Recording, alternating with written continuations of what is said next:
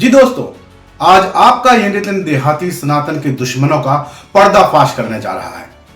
पर्दाफाश होगा उस टूल किट गैंग का जो रहते हिंदुस्तान में है, खाते हमारे देश का है और हमारा टैक्स का पर मौज काटते हैं, लेकिन सनातन और भाईचारे के हर सुनहरे रंग इनकी आंखों में चुभते हैं। ये कोई धर्म विशेष की बात नहीं है, ये सब हमारे बीच में मौजूद है। देखने में लगेगा कि ये हमारे अपने हैं, लेकिन दरअसल ये लोग हमारे अपने बनने का ढोंग करते हैं। इनके दिलों में, इनके दिमाग में जहरीली सोच बसती है। यही वजह है कि अक्सर सॉफ्ट टारगेट की आड़ में ये सनातन धर्म और सनातनियों को बदनाम करते हैं, क्योंकि हमारा सनातन तो बस प्रेम की परिभाषा है। इसे प्रेम करना आता है, नफरत की जगह सनातन में तो नहीं है कम से कम। इस बार इस टूल किट गैंग ने हद कर दी। सनातनियों को आपस में लड़वा रहे हैं, दो सनातनियों को, एक हमारे यादव भाई और एक इंद्रेश जी, जो सिर्फ प्रेम का पाठ पढ़ाते हैं, सबको पढ़ाते हैं। हमारे जय जय का पाठ पढ़ाते हैं, ठाकुर जी का पाठ पढ़ाते हैं, जिनकी वाणी में मधुरता का समंदर है। ऐसे में जरूरी है कि आपके सामने पूरा सच आए, आप समझें कि क्या है। इसलिए सबसे पहले मेरे एक छोटे से सवाल का जवाब सोचिएगा और अपने कमेंट में उसका जवाब जरूर दीजिएगा। तो जरा सोचिए कि अगर सालों पहले आपसे अनजाने में कोई गलती होती है, आप उस गलती पर फौरन माफी मांग लेते हैं उसी वक्त समाज से, और जवाबदेह लोगों के सामने पूरी श्रद्धा के साथ माफी मांगते हैं। लोग आपको माफ भी कर देते हैं, आपको फिर वही प्यार भी देते हैं। अब ऐसे में बताइए, क्या आप वो गलती याद रखेंगे? शायद कभी नहीं। कमेंट में जरूर बताइएगा आप क्या करेंगे। लेकिन इंद्रेश जी को ही यहां पर टारगेट क्यों किया जा रहा है? यादव भाइयों को ही माइंड वॉश करके क्यों बहलाया जा रहा है? इसकी सीधी कहानी यह है कि सबसे बड़े कुल यदुवंशियों पर अगर सवाल उठाएंगे तो हंगामा मचना तय है। ये टूल किट गैंग जानती है, वो भी तब जब इंद्रेश जी की शादी की चर्चा पूरे विश्व में हो रही है। दूसरा तब जब इंद्रेश जी की पत्नी शिप्रा को कटघरे में खड़ा कर उन पर कीचड़ उछालने की नाकाम कोशिश बेकार गई। ऐसे में अब सनातन के दुश्मनों के पास यही एक तीर था, क्योंकि इंद्रेश जी ने यह बात आज नहीं कही थी, 4 साल पहले कही थी। फिर से सुन लीजिएगा, 4 साल पहले कही थी। इतना ही नहीं, 4 साल पहले भी इंद्रेश जी को अपनी गलती का एहसास हुआ था। बाकायदा जज ने इसके लिए सबके सामने माफी मांगी थी। लेकिन सनातन द्रोहियों को यह सब हजम कहां होने वाला है। तो आइए पहले आपको बताते हैं कि इंद्रेश जी ने 4 साल पहले एग्जैक्ट क्या कहा था। तो सोशल मीडिया पर वायरल वीडियो में, जो 4 साल पहले का वायरल है, इंद्रेश जी ने कहा था कि यादव सोचते हैं कि वो भगवान के वंशज हैं। यह सच नहीं है। भगवान के जाने के बाद एक भी यदुवंशी नहीं बचा। भगवान ने खुद जाने से पहले सबको खत्म कर दिया।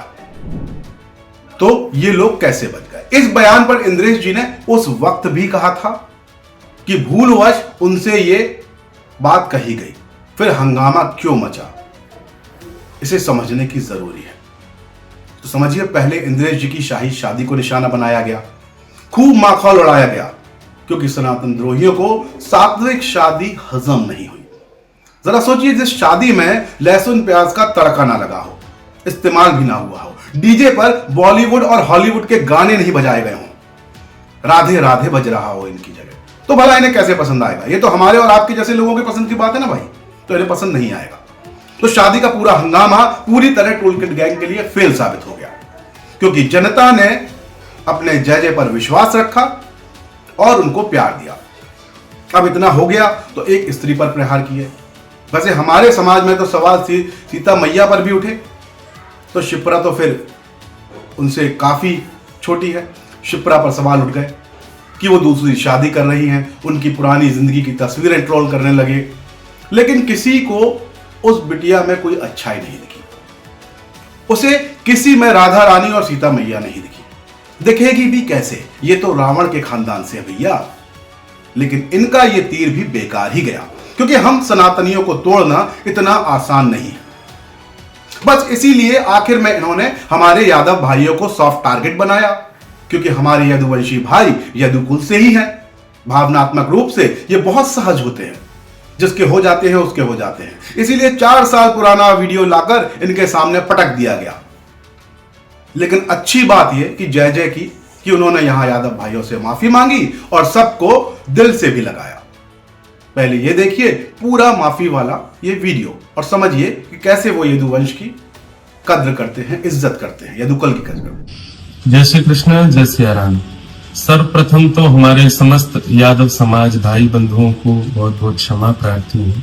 आप सब लोग एक विषय से बहुत आहत हो गए 4-5 साल पहले की एक कथा में, जहाँ किसी राजघराने के व्यक्ति ने आकर के हमें कुछ भाव बताए और वो हमने कह दिए। उस समय भी किसी ने हमको समझाया, तो आगामी 3-4 साल की कथाओं में उसको स्पष्ट कर दिया गया कि ऐसा नहीं है, पर वो संज्ञान में आपके नहीं आ पाया। हम तो आज भी अपनी कथा में कहते हैं यादव पति यादव राय, यादव पति जगत राय, संतन सदा सहाय, याके गुण गामे स्वामी परमानंद। जय जय राधे कृष्ण राधे गोविंद। हे कृष्ण हे यादव हे सखेती।